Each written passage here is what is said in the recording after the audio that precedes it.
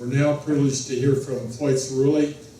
He's going to give a presentation on the Colorado Water Stewardship Project we discussed earlier today, being formed under the auspices of the Colorado Water Congress. Floyd? Thanks, Eric. Well, what we're sort of doing at the moment here is the fact that, as you know, our ballot initiative process here is very permeable. It is easy to get on the ballot in this state, and right now, for those of you who are following it, there must be 40 or 50 ballot initiatives that are going through the process right now that will finish up this month, and then we will see how many we actually make on the ballot. There have been times when we've had 10 or 20 or 10 or 12 items on the ballot, and at other times we've only had very few. But I guess it's the seriousness of those initiatives, and what I'm going to talk to you about today are at least 3 initiatives that have the potential of completely upending water ownership, water investment, water management in this state. So Eric mentioned the Colorado Water Stewardship Project. We were specifically created by the Colorado Water Congress, and I hope most of you get material from the Water Congress. You should add it to your email, because we send out blasts, we send out e-news on a regular basis, and if you want to know what's going on in water in the state, particularly legally or in terms of the politics or the policy, that's one of the places to go. This was done to focus on the Colorado Trust Doctrine, and because we feel that'll affect and disrupt ownership and management, and so we want to assess the level of knowledge and support for the doctrine right now, but also to create a communication campaign and to inform water stakeholders. That's you. We look to one individual in particular to give us the facts.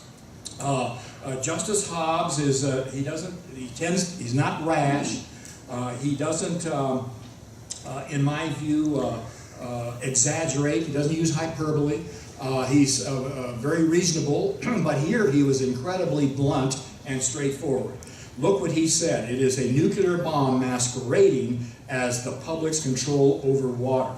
And he said that it would prevent farmers, cities, families, and businesses from making beneficial use of water that they've had vested in themselves for over 150 years. He said it will deprive Colorado of its interstate allocation of water on the Platte, the Arkansas, the Rio Grande, the Colorado. And finally, he said it will devastate Colorado's economy and way of life. So for me, that's sort of the touchstone that we're using. Now, there's a lot of evidence behind that. There are studies that have been done. There's a lot of experts who agree with it. But nonetheless, that's sort of what we look to as what could be the danger of many of these ballot initiatives that will redirect the way we allocate our water and what is the underpinning of our water ownership, our water management, and our water investment. These numbers keep changing because every time the proponents either hear a criticism or decide on their own that they should change a line in these initiatives, the numbers change. But at the most recent time, number 74 was on local control, and it sounds quite innocuous and quite positive. Really, it would enhance the local control of local jurisdictions like counties and municipalities. But in point of fact, it is a local control on steroids.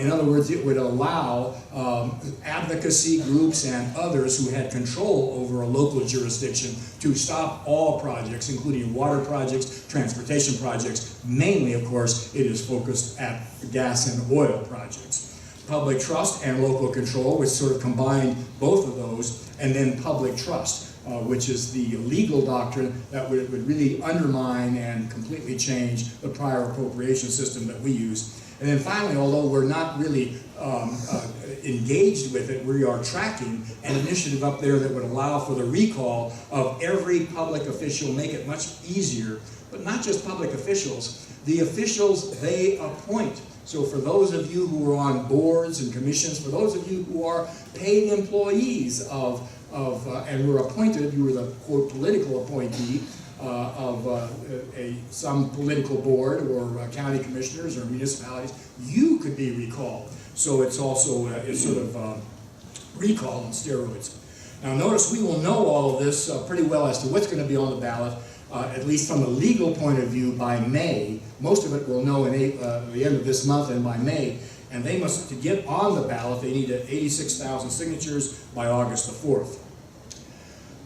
We just completed actually it was last summer, but we are just now talking about and analyzing a survey that was done so that if you take what Justice Hobbs said and then you ask it to the public and sort of break it apart and ask them what do they find the most convincing, what causes them the most concern, this is what comes out of that. And the reason why I'm putting this up is what we know is that you are the best communicators as to whether this is a good idea or a bad idea, whether you ought to vote yes or you ought to vote no on this. Because it's the local water provider, it's the local citizen, it's the local engineers, the local consultant that people look to because you know water. Number one, look at that language. It hurts agriculture. 80% of the public said, absolutely, that's very convincing to me. Secondly, it will cause legal chaos, and I don't want to denigrate any of our attorneys here in the state. As you know, we have most of the water attorneys in the country, but people are very concerned if we turn our entire ownership system into the possibility of simply an individual going to court and beginning to object about every potential filing, every potential item of pollution. In other words, no particular rules other than whatever rules the court comes up with and creative attorneys. Secondly, it could damage stream beds and be dangerous. And that is to say, it could cause potentially uncontrolled access to streams.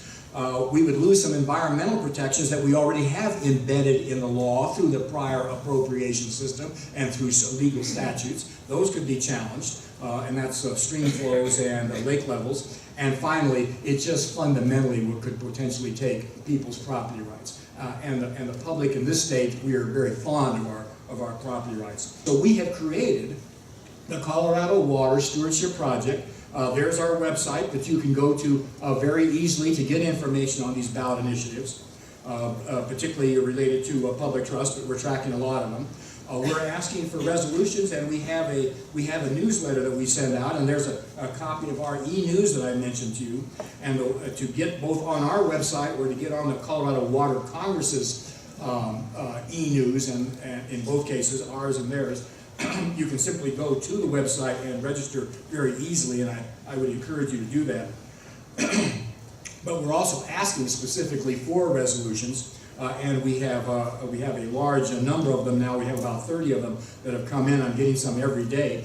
These are the groups that are advising us and are supporting us. You're the member of probably some of those groups, or else you interact with them. Colorado Counties, Inc., the Municipal League, all the agricultural organizations, Special District Association, and obviously the business community, all your chambers of commerce. And finally, we're doing lots of presentations, and I appreciate the time today to talk to you.